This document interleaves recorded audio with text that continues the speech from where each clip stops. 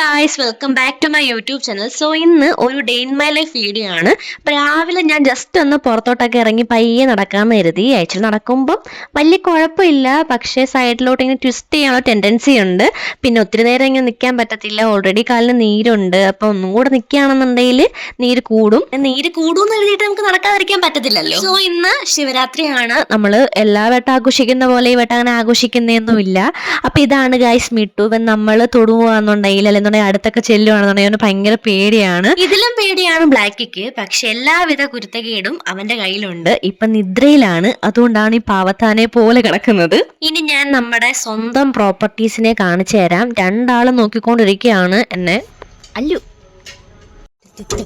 അടി അടി അടി അടി അടി അടി അല്ലുകുട്ടി ടപ്പുകുട്ടൻ.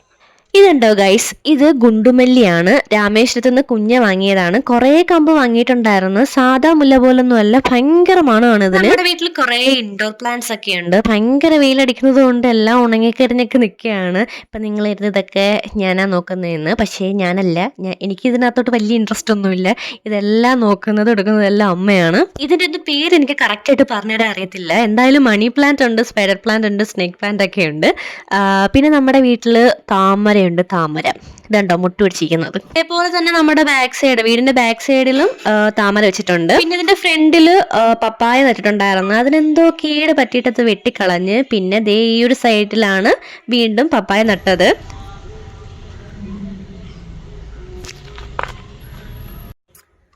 ഇനി നമുക്ക് അകത്ത് കയറാം ഗൈസ്.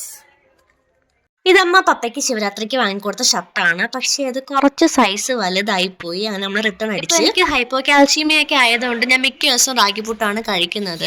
റാഗി കഴിക്കുന്നത് കുറച്ച് പാടാണെന്നുണ്ടെങ്കിലും ആള് ചില്ലറക്കാരനല്ല കേട്ടോ. മിക്ക ആൾക്കാരുടെ വിചാരം ഇത് 6 മാസം പ്രായമുള്ള കുട്ടികൾക്ക് വരെ കഴിക്കാൻ പാടുള്ളൂ എന്നുള്ളതാണ്. പക്ഷെ അങ്ങനെയല്ല. ഡയറ്റ് ചെയ്യുന്നവർക്കായാലും തൈറോയ്ഡ് ഉള്ളവർക്കായാലും പിന്നെ അതേപോലെ ഈ ഹൈപ്പോഗ്ലൈസീമിയൊക്കെ ഇല്ലയോ, അങ്ങനെയുള്ളവർക്കൊക്കെ ഇത് ബെസ്റ്റ് ആയിട്ടുള്ള ഒരു ഓപ്ഷനാണ്. ഇത് നമുക്ക് പുട്ടുണ്ടാക്കി കഴിക്കാം, പിന്നെ കുറുക്കി കഴിക്കാന്നുണ്ടെങ്കിൽ റവയല്ല ഉപ്മാവായിട്ടൊക്കെ കഴിക്കാം. പിന്നെ ഇതിനകത്തെന്ന് പറയുമ്പം ഫൈബർ ഉണ്ട്, കാൽഷ്യം ഉണ്ട്, മഗ്നീഷ്യം ഉണ്ട്, അങ്ങനെ കുറേ സംഭവങ്ങളുണ്ട്. ഷുഗറുള്ളവർ ഇത് കഴിക്കുകയാണെന്നുണ്ടെങ്കിൽ ഷുഗർ കുറയ്ക്കാനായിട്ട് സഹായിക്കും. And it is also good for hair, skin. മൊത്തത്തിൽ ഒരു അടിപൊളിയായിട്ടുള്ള ഒരു സാധനമാണ് റാഗി എന്ന് പറയുന്നത്. ഞങ്ങൾക്ക് വേറെ സാധനം കാണിച്ചു തരാം ഗൈസ്. ഇത് മസിൽ സ്ട്രെങ്തനിങ് ചെയ്യാൻ വേണ്ടിയിട്ട് വാങ്ങിയതാണ്. ഇപ്പൊ നമ്മുടെ കയ്യിലെയും കാലിലേക്ക് മസിൽ സ്ട്രെങ്തനിങ് ചെയ്യണം എന്നുണ്ടെങ്കിൽ ഈ ഒരു പ്രൊഡക്റ്റ് വാങ്ങി നോക്കൂ കേട്ടോ. എനിക്ക് തോന്നുന്നു വലിയ പൈസയൊന്നും ഇല്ല, 300 സംതിങ്ങോ അങ്ങനെ എന്തോണ് റേറ്റ് വരുന്നത്. നമുക്കൊരു ടാബ്ലറ്റ് കഴിക്കാം. omega-3 ഫാറ്റി ആസിഡ് കഴിക്കുന്നത് നല്ലതാണ്. Mainly four heart, brain, joints, പിന്നെ അതേപോലെ ഐയുടെ ഹെൽത്തിനൊക്കെ നല്ലതാണ്. പിന്നെ നമുക്ക് എന്തെങ്കിലും ഇൻഫ്ലമേഷൻസ് ഒക്കെ ഉണ്ടെന്നുണ്ടെങ്കിൽ അത് റെഡ്യൂസ് ചെയ്യാനും ഈ omega-3 ഹെൽപ്പ് ചെയ്യും. പൊതുവെ എല്ലാവരും ഒരു യെല്ലോ ബോട്ടിലുള്ള omega-3 ആണ് വാങ്ങിക്കുന്നത്. പക്ഷേ അതത്ര വലിയ എഫക്റ്റ് തരത്തില്ല. അപ്പം നിങ്ങൾ ഒന്നെങ്കിൽ ഡോക്ടറിനെ കൺസൾട്ട് ചെയ്തിട്ട് വാങ്ങിക്കുക, അല്ലെങ്കിൽ ഇത് വാങ്ങിക്കോളൂ കേട്ടോ. ഇതിന്റെ ഇടയ്ക്കൂടെ ഞാനൊരു ഓറഞ്ച് ജ്യൂസ് കുടിച്ചിട്ടുണ്ടായിരുന്നു. ഇനി ഉച്ചയ്ക്ക് കഴിക്കാനായിട്ട് പരിപ്പ്, പിന്നെ പപ്പടം, മീൻകറി, ഫിഷ് ഫ്രൈ, അവിയൽ, ഈ വക സാധനങ്ങളൊക്കെ ആയിരുന്നു. ഇവിടത്തെ ശിവരാത്രി എന്തോ വലിയ രീതിയിൽ നമ്മൾ ആഘോഷിച്ചൊന്നുമില്ല. ഒന്നത്താരി അമ്മയ്ക്ക് വയ്യ, പിന്നെ ആരും നാട്ടിലില്ല. അതിന് ചേച്ചിക്കോ അപ്പച്ചിക്കോ ഒന്നും വരാൻ പറ്റിയില്ല.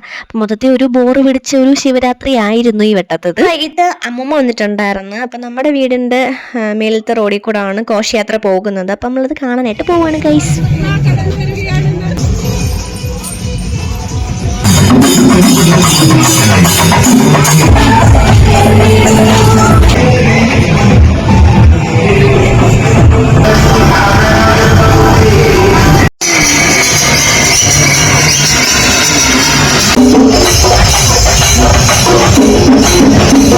ഞാൻ എല്ലാ വീഡിയോസും ഒന്നും എടുത്തില്ല.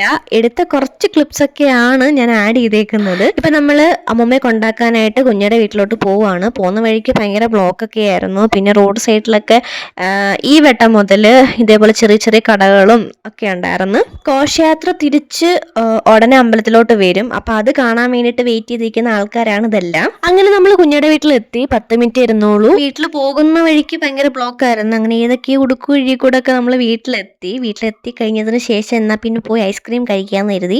അങ്ങനെ 3 കോൺ ഐസ്ക്രീമും പിന്നെ മറ്റേ വാനില ഫ്ലേവർ ചെയ്യുന്ന ഈ ഐസ്ക്രീം ഉണ്ടല്ലോ അതും വാങ്ങിയിട്ടുണ്ടായിരുന്നു. ഈ കോൺ ഐസ്ക്രീമിന്റെ ലാസ്റ്റത്തെ പോർഷനാണ് എനിക്ക് ഭയങ്കര ഇഷ്ടം. വന്ന് കയറിയതേ ഉള്ളൂ, ജസ്റ്റ് ഒന്ന് അഞ്ചലൊക്കെ ഒന്ന് കറങ്ങി.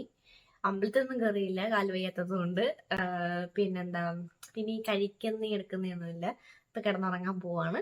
ഞാൻ അങ്ങനെ അധികം വീഡിയോസ് ഒന്നും എടുത്തിട്ടില്ല, ഒക്കുന്ന രീതിയിലൊക്കെയാണ് എടുത്തേക്കുന്നത്. നിങ്ങൾക്ക് വീഡിയോ ഇഷ്ടമായാൽ കമന്റ് ചെയ്യുക, സബ്സ്ക്രൈബ് ചെയ്യുക. ഇത്രയൊക്കെ ഉള്ളൂ. Okay, bye, good night.